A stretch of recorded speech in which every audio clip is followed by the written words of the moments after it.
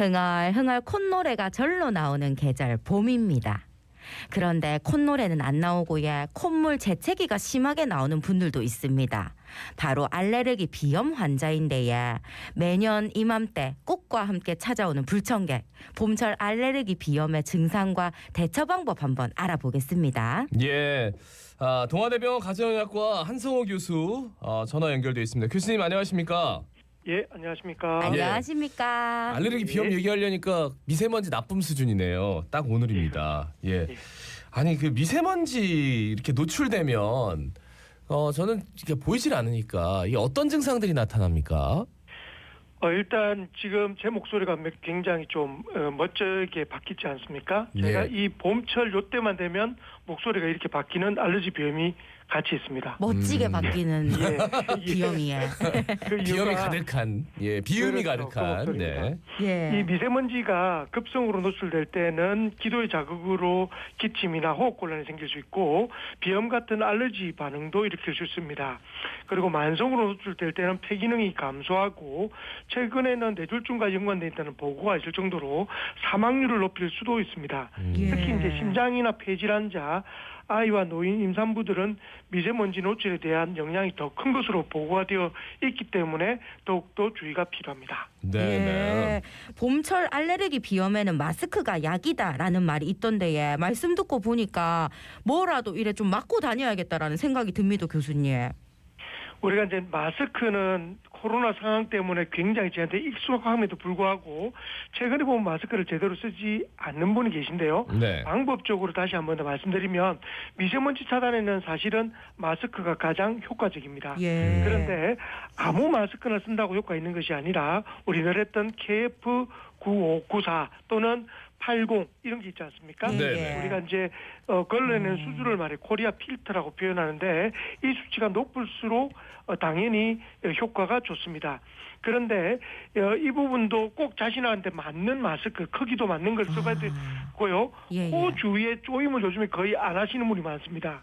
다시 말씀 위쪽은 느슨하게 해서 마스크를 쓰고 다니시면 실제로는 효과가 거의 없기 때문에 꽉 조으시고 쓰시고 뭐 최근에도 계속 호흡기 질환도 유행하고 있지만 그뿐만 아니라 미세먼지나 이런 황사를 예방하기에는 이런 차단용 마스크를 쓰는 것이 가장 효과적이기 때문에 마스크를 지금 기간은 꼭 쓰시기를 권고드립니다. 예.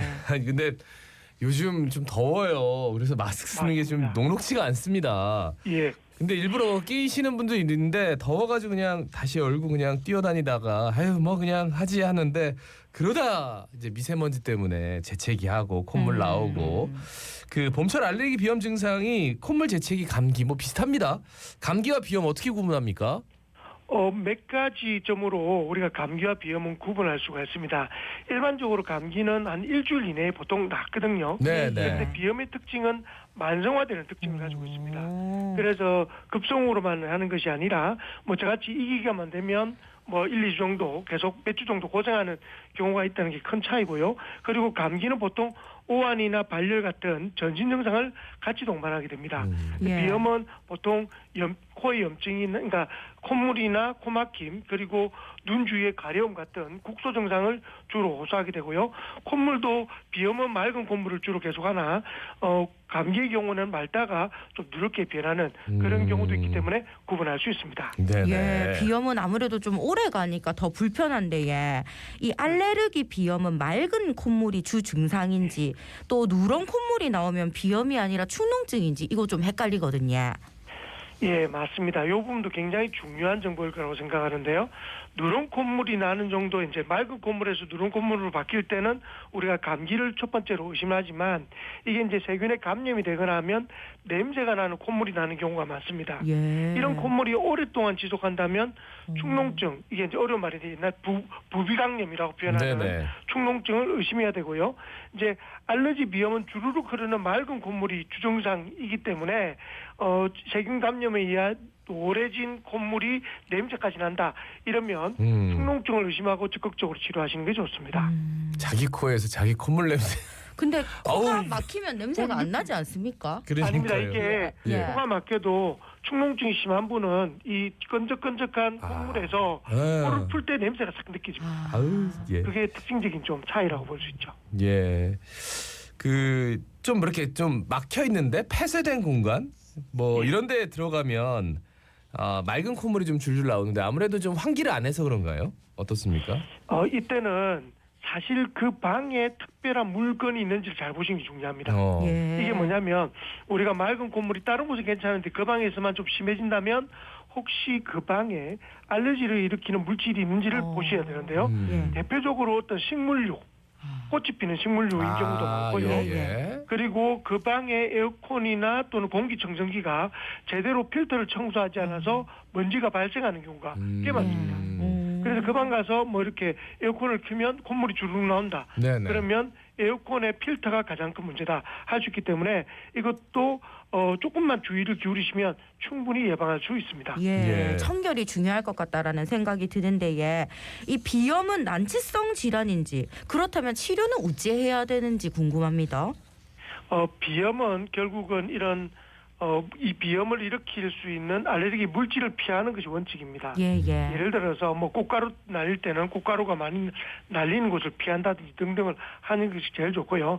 그렇지만 다행인 것은 비염을 치료하고 예방하는 약들이 아주 좋은 약들이 많이 개발되어 있습니다. 네. 대표적으로 쓰는 게 이제 항히스타민제라고 하는데요. 이런 항히스타민제는 졸음이 가장 흔한 부작용입니다.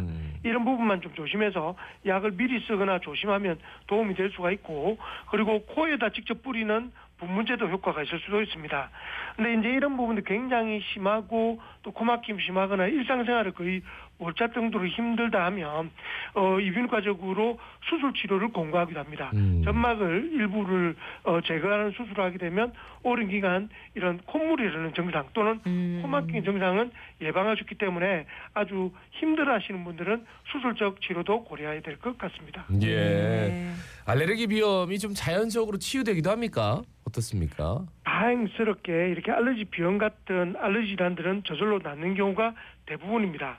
대표적인 게 이제 아토피 피부염 같은 경우도 어린 나이 이제 아기 때는 생기다가 점점 없어지는 것처럼 비염도 없어지는 경우가 많은데, 반대로 성인에 생기는 성인성 알레르기 질환은 오히려 어릴 때 생기지 않고 어른이 되어서 생기는 경우는 완치가 어려운 경우도 실제로 있을 수 있습니다. 근데 대부분의 알레르기 비염은 자연적으로 치료가 됩니다. 예. 고생하시는 분들 중에 봄만 되면 콧물이 주르륵 또 봄이 지나면 괜찮은가 싶다가도 또 비염이 재발해서 약을 안 먹고는 안 되겠다 하시는 분들 계시는데 비염 약이 독한 편에 속한다고 하던데 장기 복용해도 괜찮은지 또 궁금합니다. 우리가 보통 이제 비염약을 먹게 되면 졸음이 오니까 약이 독하다라고 표현하시는 분이 많습니다. 네네. 실제로 비염약은 여러 종류의 세대에 따라서 종류가 많아졌기 때문에 어떤 종류의 약은 졸음에는 크게 영향을 미치지 않는 약도 있습니다. 네네. 그리고 이제 기본적으로 비염약 같은 경우에는 장기 복용을 염두에 두고 개발된 약이기 때문에 장기 복용에도 크게 몸에 해로운 경우는 없습니다. 그렇지만 자기의 이제 생활 습관이죠. 예를 들자면 뭐 운전을 주로 하시는 직업을 가신 분들은 졸음이 절대 오면 안 되기 때문에 그런 상황에 맞춰서 처방을 받아서 드시게 되면 거기에 어려움은 없을 겁니다. 예. 봄철 뭐 미세먼지, 꽃가루, 황사 이런 자연 환경적인 요인 외에 생활 속에서 뭐 비염을 발생시킨다거나 악화시키는 생활 습관 같은 게 있을까요?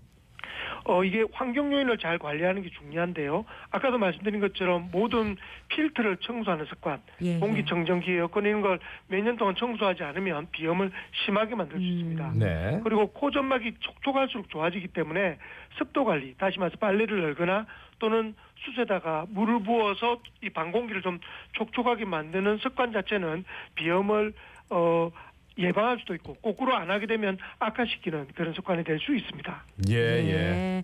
봄철 알레르기 비염에는 뭐 연어가 좋다, 딸기가 좋다 이런 말들도 있거든요. 비염에 좋은 음식 추천해 주시면 뭐가 있을까요? 요즘 보니까 뭐 딸기, 녹차, 연근 여러 가지 뭐 음식들이 뭐 효과가 좋다고 알려지는데요. 실제로는 물론 뭐 안 먹는 것에 비해서는 효과가 있을 수는 있으나 과학적으로 증명되지는 않았습니다. 가장 좋은 방법은 물을 수시로 자주 드시는 겁니다. 몸에 점막이 촉촉하게 접다면 이런 알러지 질환들을 예방하는 데 확실히 효과가 있거든요. 평소에 봄철은 특히나 미세먼지 황사 많을 때는 물을 많이 드시는 것이 가장 좋은 습관이라고 볼 수 있습니다. 알겠습니다. 오늘도 물 많이 먹고 예방하고 필터 예. 청소하고 예. 이제 어쨌든 이 철은 보내야 됩니다. 말씀 잘 들었습니다. 고맙습니다. 감사합니다. 들어가십시오. 예, 동아대병원 가정의학과 한성호 교수였습니다.